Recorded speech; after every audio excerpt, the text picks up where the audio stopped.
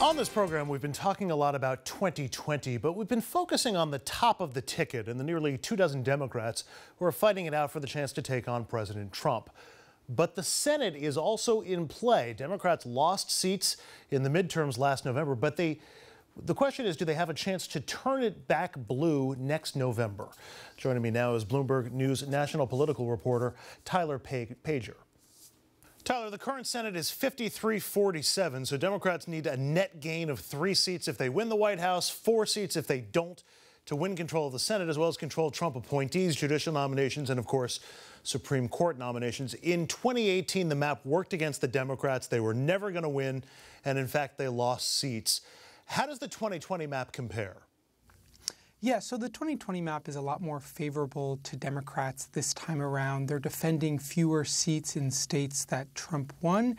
However, it's still going to be quite an uphill battle for the Democrats to take control of the Senate. As you mentioned, they need to win 4 seats if they don't win the White House. They're on the defense in some seats, most notably Doug Jones in Alabama, the senator who won in an election where his opponent, Roy Moore, was plagued by scandal. So it's definitely an uphill battle for Democrats in 2020 for the Senate. Let's focus on the Democrats on the plus side, at least to begin with. What states appear most at play for Democrats to flip? Yeah, so there's 3 states that Democrats, I think, feel confident about at this point. The first one being Arizona, where Mark Kelly, he is an astronaut married to former Representative Gabby Giffords. He's quite a strong candidate, and he's up against Martha McSally, who lost her Senate race to Kyrsten Sinema and then was plugged in to fill in John McCain's seat. Another race that Democrats are feeling good about is in Colorado, where Senator Cory Gardner's up for re-election. And then Maine is another state. Susan Collins, the Maine Republican who supported Justice Kavanaugh. Democrats are hoping that the backlash to that support will be enough to propel a Democrat to that seat. And if there's a wave, are there 2 or 3 other states that could theoretically flip? Yeah, it's hard to tell. I think those are the 3 that Democrats are most excited about at this point. Alabama, again, is another one where if we see a wave election or depending on who Doug Jones faces, that's another one where Democrats are really hoping to hold on. But I would say those are the 4 that Democrats are kind of focusing on the most at this point. 2020, Tyler, of course, is a presidential election year. Is there a correlation between a presidential vote and a Senate vote in a particular state? Do voters tend to pick the same party, or do they split their tickets and say vote for Trump and a Democrat or vote for a Democrat and a Republican for the Senate? Yeah, I think it really depends on who we see as the nominee on the Democratic side. Presidential years usually have higher turnout, so that's definitely something to be on the lookout for and see where there's more mobilization of energy and resources. Also, when there's a presidential campaign, they have more staffers on the ground in some of those key battleground and swing states, so that generates more turnout. But there's definitely split ticket voters. We saw that in 2016, and I imagine we'll see that again in 2020. Where some voters might say, look, I'm going to support Trump again, but maybe we want to check on him with a Democratic senator. A state like Iowa is another state that could potentially be in play. Joni Ernst is up for re-election. She's just finishing up her first term, and Democrats are hoping to recruit a candidate there. One of the other challenges for Democrats in 2020 is a lot of their top targets for people to run for Senate have either decided to run for president or not run for Senate. So we're seeing people like Steve Bullock in Montana, John Hickenlooper in Colorado, in Texas, Beto O'Rourke, all choosing to run for president instead of running for Senate. Another state, Georgia, where Stacey Abrams, who narrowly lost the governor's race, was recruited by Chuck Schumer to run and chose not to. So that's another problem that Democrats are having, is getting their best candidate to jump into the race. The names that you mentioned who would have been Senate recruits but are running for president instead, and I'll throw Stacey Abrams into this mix too, may not be in the race that long. Is it possible that they could bow out and then re-enter the Senate race? Yeah, that's definitely a possibility. I bet Chuck Schumer and some other top Dems are hoping that's the case. But it seems like so far they're pretty steadfast in saying they're not going to run for Senate. In Texas, MJ Hager, who ran for Congress in 2018 and lost, has said that she will run for Senate. And so she's already mobilizing support there. But in somewhere like Colorado, too, there's already 8 or 9 Democrats that are running in the primary. And so someone like John Hickenlooper, if he drops out and then decides to run for Senate, may face some stiff competition there. So there's definitely a possibility, and I bet Democrats are holding out hope that some of them will change their minds and jump into the Senate race. But at this point, they seem pretty committed to the Democratic nomination for president. Let's shift over to the states where Democrats are playing defense. You mentioned Alabama, where Doug Jones won last time, but really, again, only because Roy Moore and all his issues were his opponent. Is Jones's best chance in Alabama if Moore is the nominee again, and he's been talking about running, is that his only chance? It's too early to tell, I think, in terms of if that's his only chance, though we have seen Roy Moore flirt with a run again.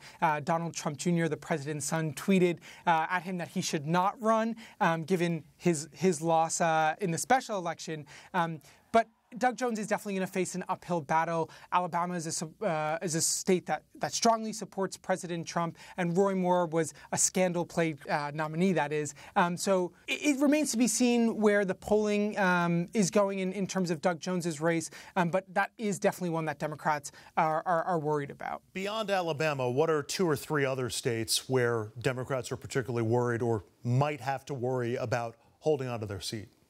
Yeah, I don't think there's as many other states that Democrats are as worried about this time around. Last time we saw in North Dakota, Missouri, Florida, 3 states where Democrats lost seats in states where Trump won. So I think Democrats, the map is much more favorable this time, and there's not as many areas of concern. Really, it's Alabama is at the top of that list at this point. I mentioned that the Supreme Court nominations are at stake as control of the Senate is. It's always a huge issue for Republicans, seems to be less so for Democrats. Is that changing? Are we starting to see in the era of Trump, Kavanaugh, and Gorsuch, Democrats starting to ring that bell more? And are Democratic voters, does it look like they're responding? 100%. That's something that I've seen out on the campaign trail already. Democrats are really honing in on the importance to them of being able to nominate Supreme Court justices. We've seen people like Senator Kirsten Gillibrand of New York say she will have a litmus test for her nominees that they support Roe v. Wade, obviously the abortion Supreme Court case. And so that's definitely something that's factoring in more to the Democrats and the conversation around the nominee, particularly as we've seen states restrict abortion in recent weeks and recent months, and that's become more of a rallying cry for Democrats. So I think, as you said, the Supreme Court has historically been something that Republicans really focus on confirming judges, and a big reason why Trump has found so much support in the Republican Senate is because he's putting up judges that agree with them ideologically. And so I think Democrats are realizing that they need to push back on that to get some of their priorities. And so we're seeing a lot more conversation and discourse around the Supreme Court and thus more attention on the Senate. With that being said, as I said earlier, a lot of these Democrats that Chuck Schumer and other leaders in the Senate want to run are choosing not to run for Senate and run for president. And that's kind of complicating this issue as they try to take back the Senate from the Republicans. My final question for you, Tyler, is sponsored by the Friends of Merrick Garland. Mitch McConnell is on the ballot next year. Is there anyone and any way that you could see a Democrat knocking off McConnell or a Republican beating McConnell in a primary and putting that race in greater play?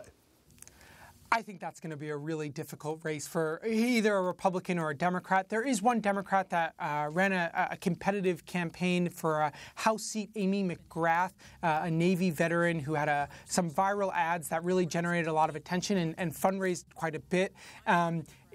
She may be the Democrats' best chance for that seat. But again, Mitch McConnell has a lot of support in his home state. And I don't know if that's going to be something that the Democrats can take back. Again, in a wave year, you never really know, and we're not in the prediction business here. But that's one person that I think the Democrats would rally behind and get excited about. Tyler Pager is a national political reporter for Bloomberg News. Tyler, thanks for the insight. Appreciate it. Thanks so much for having me. And up next, exactly 25 years ago today, Nicole Brown Simpson and Ron Goldman were murdered.